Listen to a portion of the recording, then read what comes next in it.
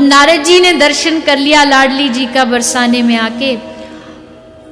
अब कौतुकी नारद जी ने सोचा चलो अब थोड़ा मथुरा सूचना दे आते हैं महाराज कंस को। तो नारद जी अब पहुंच गए मथुरा। अब नारद जी ऐसे देव हैं जिनको कंस जैसा दुष्ट भी अपना गुरु मानता है। गुरुदेव पधारे, गुरुदेव पधारे, स्वागत करो, स्वागत करो। सबने स्वागत किया, कंस ने स्वागत किया, नारद जी बैठ गए। कंस ने पूछा महाराज आपके स्वागत में कोई त्रुटि तो नहीं हुई?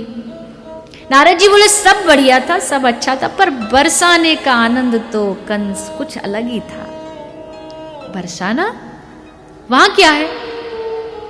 अरे तुझे नहीं पता बरसाने में क्या है? बोले नहीं मुझे तो नहीं पता। अरे कृष्ण की शक्ति तो बरसाने में ही है। उनकी शक्ति का बरसाने में प्रागट्य हुआ, और जब तक बरसाने में वो शक्ति विराजमान है तब तक तू कृष्ण का कुछ नहीं बिगाड़ सकता। ओ ये बात है, तभी तो मैं कहूं उस कन्हैया ने पूतना को मार दिया, सक्टासुर अघासुर सबको मार दिया।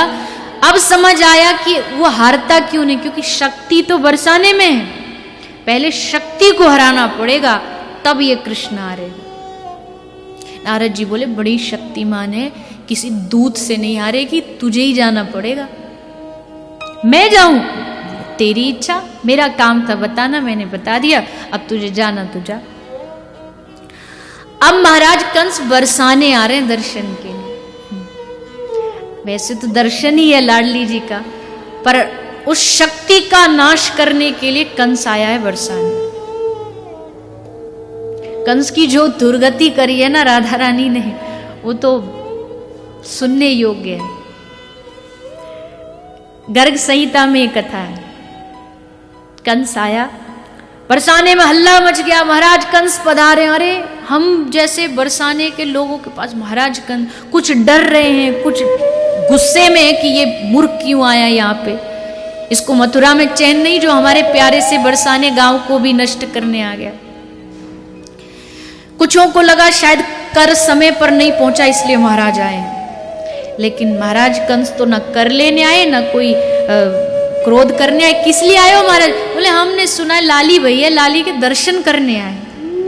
वाह, महाराज कंस की बुद्धि इतनी अच्छी, हमारी लाली का दर्शन करने आए हैं। सब ने जाके कहा वृषभान जी को, महाराज महाराज कंस पधारे हैं लाली का दर्शन करने। वृषभान जी ने कहा अच्छा, लग तो नहीं रहा कि ये दर्शन करने आए, पर अब अतिथि है, कोई बात नहीं, बुला लो। महाराज कंस को भीतर लाया गया, बिठाया गया। अब महाराज क्या स्वागत करें आपको? बोले कुछ नहीं, बस लाली का दर्शन करा दो। वृषभान जी भीतर गए, कीर्ति मैया को बोला कि महाराज कंस आए लाली का दर्शन करने। अब घर आ गए तो कैसे भेजे? कीर्तिदा बोली खबरदार जो मेरी लाली को लेके गए तो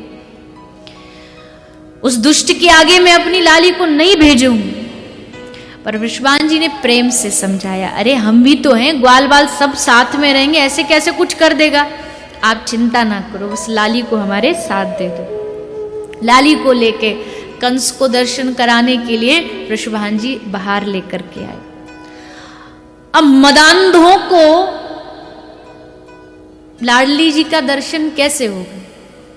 जो मद में भरा पड़ा हो, जो अभिमान में भरा पड़ा हो, उसके सामने लाडली जी साक्षात भी आ जाए ना तो भी उसको कोई अनुभव नहीं होने वाला है, तो भी दर्शन नहीं होने वाला। देखा, आंखें चौंधी आ गई, आंखों को मसलने लगा कि ये है क्या।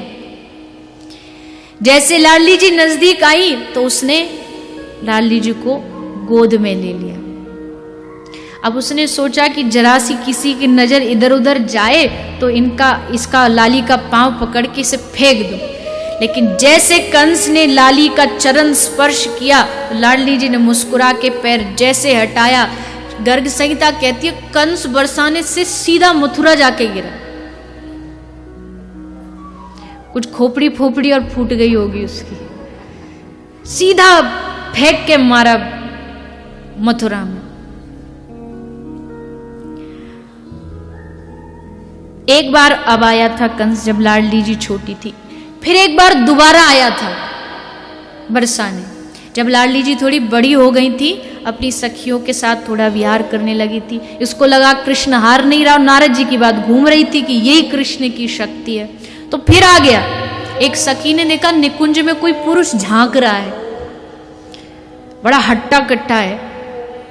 तो ललिता बोली कि कौन आया? विशाखा बोली मथुरा नरेश महाराज कंस पधारे। लाडली जी बोली फिर आ गया?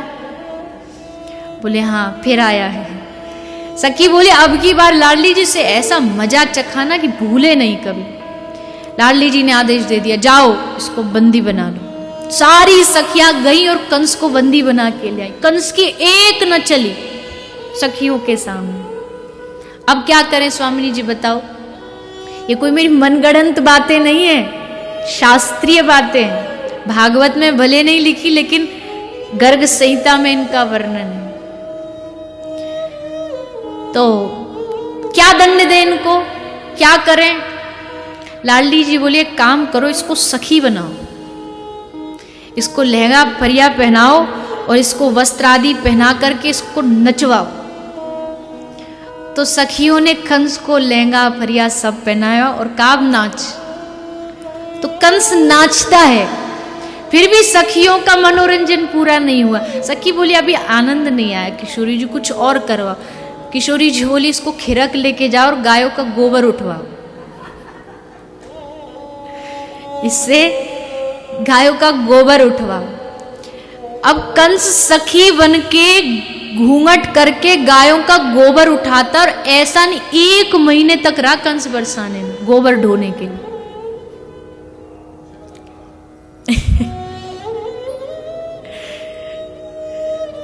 तो 1 महीने तक मथुरा में हल्ला मच गया, महाराज कंस गायब हो गए, अपहरण हो गया महाराज कंस का। कहां गए? लुप्त हो गए, विलुप्त पता ही नहीं, और वहां कंस गोबर ढो रहा है। सबको लगा ये बड़ी बरसाने में हट्टी तगड़ी गोपी आई है, एकदम मोटी ताजी। तो फिर नारद जी से निवेदन किया है, मथुरा के जो दूत हैं कंस के, महाराज आप थोड़ा देखो ना, जाओ ना, प्रार्थना करो ना लाडली जी से छोड़ दें। तब नारद जी ने आके लाडली जी को प्रार्थना करी कि हे स्वामिनी अब थोड़ा हो गया, इसको जितना लगवाना था आपने लगवा दिया, अब थोड़ी सी, आप तो दयामयी हो, थोड़ी दया कर दीजिए। तो कहा कि ठीक है, इसे भेजो और कहना खबरदार बरसाने की सीमा में आज के बाद घुसा। तो कंस ऐसा भागा कि मुड़कर उसने कभी बरसाना ही नहीं देखा। और ऐसा कह रहे हैं, मैंने पहले भी एक बार ये कथा में एक बार ये भाव रखा था कि जब कंस की मृत्यु हो रही है तो ऐसा भागवत जी कह रही हैं कि भगवान कृष्ण चढ़े सिंहासन पर, बाल पकड़े, झटका लगाया, कंस गिरा और लुढ़क के मर गए। कंस इतना भी कमजोर नहीं था, लेकिन डरपोक था, और डर उसे कृष्ण से नहीं था, उसको पूरा डर लाडली जी का था कि फिर से सखी ना बना दे। बह के मारे ही ऊपर पहुंच गया, डर के मारे श्री जी का।